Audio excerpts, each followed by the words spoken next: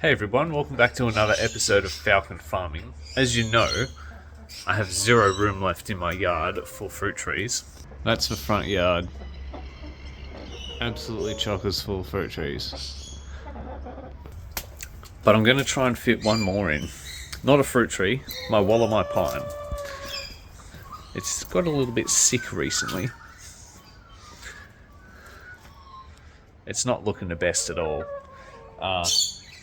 I've contacted the online community, Permaculture Central Coast. A lot of people have said, different things, it's too waterlogged or like not enough nutrients or it's sunburnt or whatever. Pot's too big, stuff like that. But I've had it in the same spot for like over maybe a year now. Over a year, it's grown like that much in a year. And only in the last like 3 months has it started to fade away. And I haven't been watering it that much. We've recently had rain for the last like 2 days, quite a bit of rain. And an expert from wollemipine.com has said to remove it from the pot because it could be waterlogged. I've done a test at the bottom where I put my drill in and pull some soil out, and it's not like gluggy, it's still very aerated, so it's still friable. So yesterday I tipped it on its side and pulled it out of a pot, and the roots are fully enclosed in the pot, like even to the bottom of the pot. The roots of a wollemi have like reached all the way to the edge, so it's kind of starting to become root bound, but I found the water was hitting the top and just going down the edge of a pot. It wasn't soaking into the middle bit, so I figured, you know what, screw it, I'm just going to plant it in the ground. Literally the only spot I have left is right here. I could, dig a hole here, but the soil's not very well drained. Up on there, it's well drained. It gets a lot of rain, and it's well drained because it's, got over a metre of retaining wall. There's a shed behind, which is a slab, and I don't think the root ball of a wollemi pine is big enough to affect the integrity of a wall. I will plant it like towards the middle of that section there, and pretty much in between, pretty much right here where that pole is, going up through that little gap that you can see just here. I'm going to go up through that little gap so I can, tie it off if I need to, because it will come to about there, and it's probably going to grow to like there, nearly double the height in only a few years. So we've got a Christmas bush, and we've got a finger lime, both natives, so we'll plant another native right here.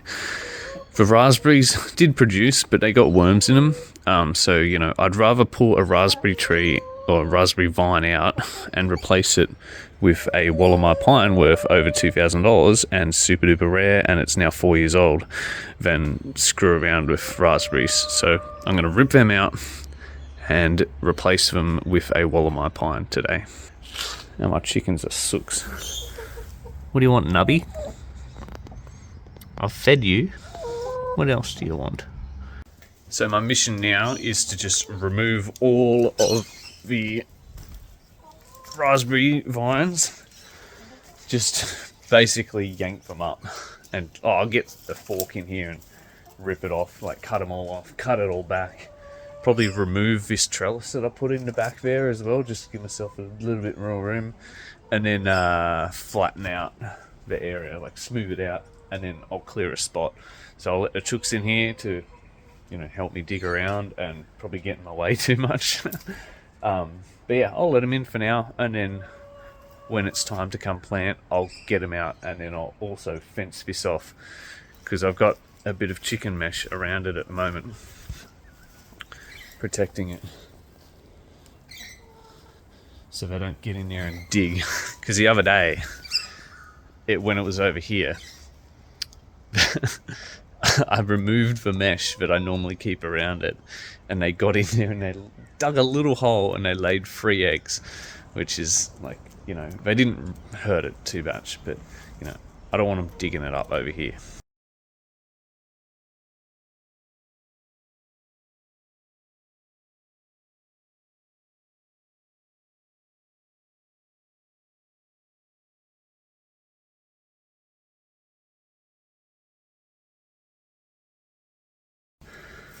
So for a while now, the chooks haven't been laying as many eggs, and I was wondering, like, if I need to start eating them. Like, have they come to the end of their cycle? But Google says they hadn't.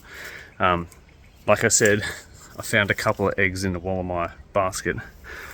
They've been in this grassed area all day for the last like couple of weeks now. We've let them in just to nibble at the grass, but I found their stash.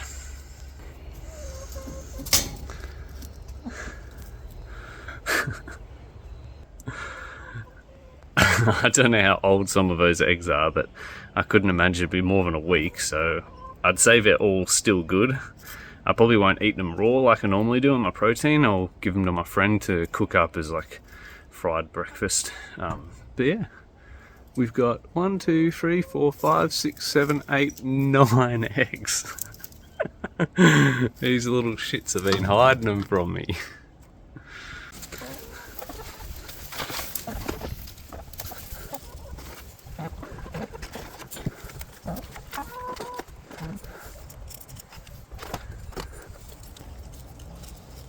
Oh, they're buried in there.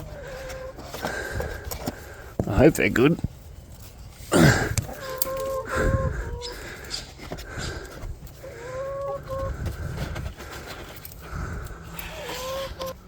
Don't do that again, alright? Alright. Cleared all the raspberry out. What I'm going to do is evacuate the chickens and then start turning the soil to make sure there's no little rootstock left in the ground, because it will sprout from just a root. And then I've got my tape measure and a pole so I can mark out exactly where I want. And I was thinking either side of it I can put some leptospermum polygalliflorium, which is what is out the front that I grew from a cutting at Giracool National Park. And then to simulate like the environment of the wollemi, just maybe some bracken ferns like around the bottom of it as well. So we'll dig the soil up and we'll put the stake in to mark exactly where I want it to go. So that's about where it's going to go. I don't really have any objections to that. Maybe it could go a little bit further that way, and I would have liked it in the center of that triangle, but that's going to put it in a horrible spot in the garden. So I think I might just stick with it being there. This triangle will probably come off once the bushes get too big, and then I'll just stick with this trellis here. Not sure what I can put on it, because I won't have any room to grow anything up. And I've got the drain pipe running like 600 mil underground just here, I think, right against the fence line. So yeah, I'll just leave it there, I think, and put 2 leptospermums in with some ferns around it. I'll also go get some more native mix, because this is very rich soil and it's got a bit of clay in it, but it doesn't seem to be waterlogged, which is good, because I guess it's up on the raised garden bed.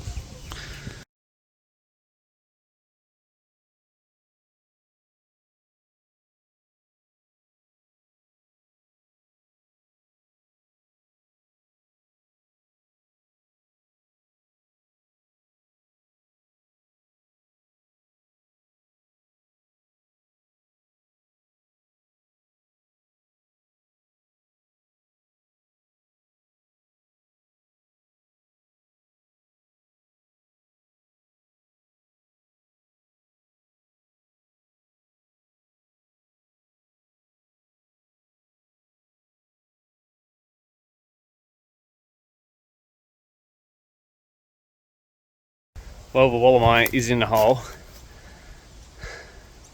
Hopefully this survives. It's at a pretty good level. I don't think it's going to sink. I've compacted the soil around it quite well. And I'm going to put like the ferns and stuff that I've got here. I picked up two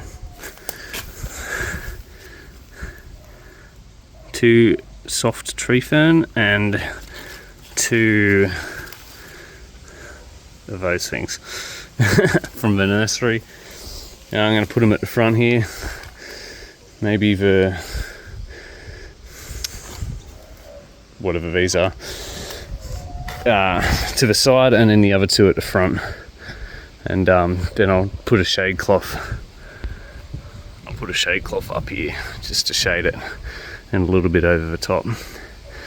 Hopefully it survives. I've got a whole tank of this populate, that stuff, to put in. It's microbiome, so hopefully it helps with the roots. The roots looked fine, they didn't look dying. It just looked dry, to be honest. So no waterlogged soil in this garden bed, no waterlogged soil in the wollemi, so I'll just water it, cover it, make sure I keep the water up until I go to America, and pray that it's not dead when I get back. So I've made like a little makeshift shade cloth, and it's not the greatest. The wind keeps catching it, so I might have to like stake it here and here so it doesn't want to blow in or something. But it's shading it pretty good. I'll have to, fasten it down a little bit better. But for now, it's keeping it out of the sun because it's pretty warm today, and I don't want it to lose any more moisture than it needs, because it needs to soak up as much through the roots.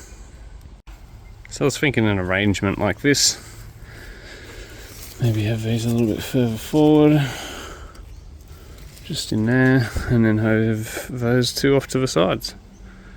And then the two leptospermums going even bigger on each side.